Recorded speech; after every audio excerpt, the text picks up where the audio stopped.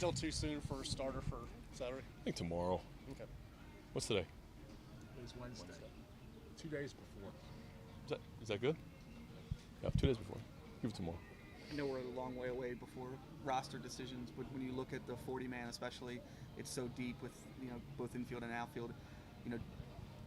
How important is having that depth for a long season that you guys have ahead? Well, it's been the key for us. We're excited about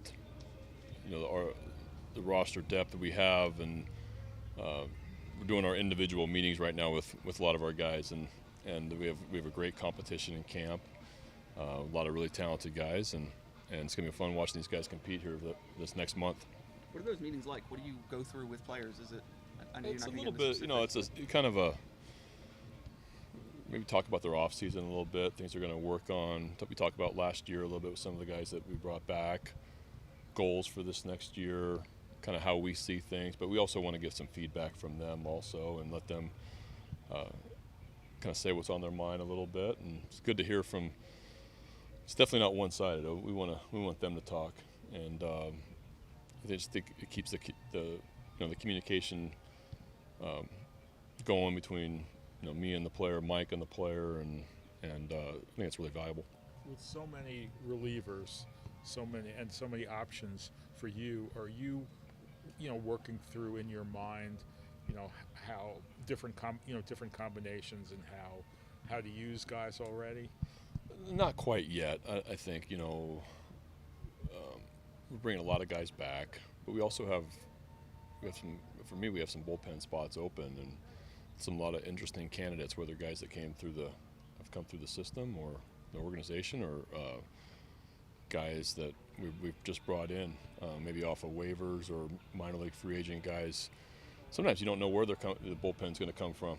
If you asked me a couple years ago at this time what our bullpen would look like, I had no idea. And some of these guys are still here and put together 2 really productive seasons. So we're hoping for some surprises in camp, but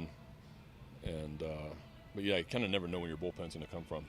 You have a lot of prospects who, if they were in another organization, may already be daily major league players. In these meetings, do you preach patience to them? Do you express that you acknowledge how good they are in that kind of situation with them at all? I think that they're all really aware, and like you said, a lot of them were high round picks too. So they're kind of all bunched together, all trying to win a major league job. Hopefully that pushes them into a place where they're competing with one another every single day. But yeah, like you said, there's some of these guys probably have had more major league at bats up until this point. Fortunately for us, that we have a really good team, and we stayed pretty healthy last year on the field, and these are good problems to have when you have this much depth and this much talent in your organization. I know, again, early, but would you be comfortable at this point, you think, carrying 4 natural outfielders, which would make some tough decisions, if you're comfortable with him maybe in center or left, or do you think you need that 5th guy, especially with left field at Camden Yards? I think you definitely want to be able to cover center and left at our place, and so for me, that's why Mateo's a little bit of an X factor for us. And then we're going to kind of see. I honestly don't know at this point if we're going to carry 4 or 5, how that's going to look. That's why McKenna's been so valuable for us the last couple of years, of a guy that can play above average defense in both in center and in left field. And he's back again. So our outfield competition, I think, is really, really strong. And then you add Mateo in there, it gives you a little, with his flexibility. We'll see how our infield looks at that point too. So it's way too early to tell how many guys we're going to carry both in the infield and the outfield. Is kind of being out of options a little bit of a complication now, because he has been a shuttle guy for you? Anytime anybody's out of options, we have bullpen guys that are out of options too. It becomes, that's definitely part of the conversation. Brandon, how much does the Cedric's makeup give you confidence that he'll be able to come back and be the guy? You go back to like 2018, he gets sent down to AA, came all the way back to be an all-star, and he's kind of got that even keel about him. So. Yeah, no, Ced's dealt with a lot of things so far in his career.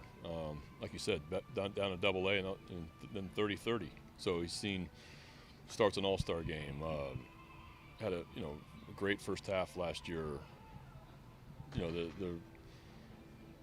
He's dealt with things extremely well, and he has turned himself into so many of our guys into such a pro and understanding what he needs to do on a daily basis, and such a team guy like the rest of these guys. But I have a lot of confidence in Ced, and Ced's delivered for us for a while now. And the goal in camp is really for him to stay healthy. The goal in the season is always for him to stay healthy. Him and Hayes both. They do that. They put up numbers. They help us win. Yesterday you mentioned how the camp's a little smaller this year than it was last year. How many guys do we have in there now? I think you counted Castillo today. I think it's 62. 62? I think last year had 71. I think it was 71 Yeah, that's a big camp. Last year. But you guys didn't bring a lot of the bigger named prospects like Bradfield, Horvath, and Haskin, and Wagner. Was that you just wanted to concentrate more on guys who really had a legitimate chance to make the club rather than look at developmental players? A little bit of both. I think that you definitely want guys to get this major league experience, but we also want to see some of these guys get a lot of at-bats and a lot of innings in the field. And so don't want to crowd it too much to allow some guys to really compete for a major league job. I think that's really important. I think you're also going to see those guys up here playing in some games too. So just because they're not maybe officially here in camp, I'm going to try to bring some of those guys over as much as possible to get them some experience here in a major league spring training setting. But yeah, I think it's more of the competition we had in camp, and we felt comfortable with it. You mentioned at the end of the season that the playoff, the series loss really stung. Mm-hmm. How long, you've asked this to a lot of the guys, how long did it take you to kind of get past that, stop thinking about it as much as you maybe were the couple of days after? Probably too long, honestly. But like we talked about yesterday, this is definitely a new year.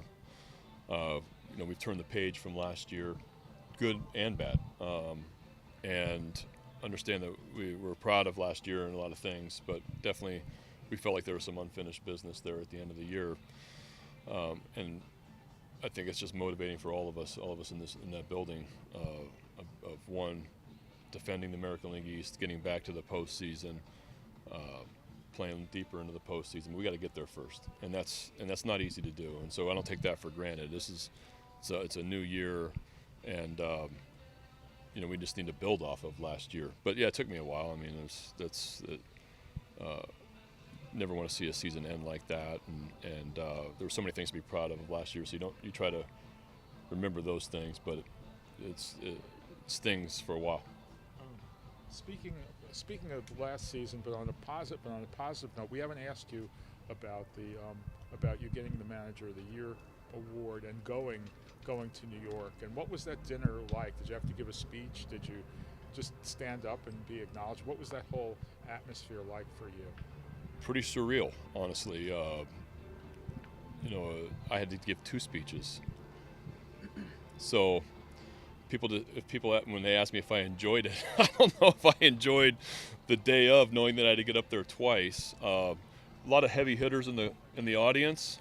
It's a pretty cool peer group that you're speaking in front of, and it's an incredible honor. I was, having my family there, and to have them just being in that room with so many people that have done amazing things in this game. It was. I just felt super honored to be there, honestly, and it was an incredible evening. But when you have to get up in front of that room twice and talk, it was a little nerve-wracking day of. I was definitely a little more relaxed after, but it was really special for me to present Gunnar. That was the second speech I had to do. So to present Gunnar with that much-deserved award, that was an amazing feeling, and he did really well too. I know he was nervous that day, but he was amazing that night.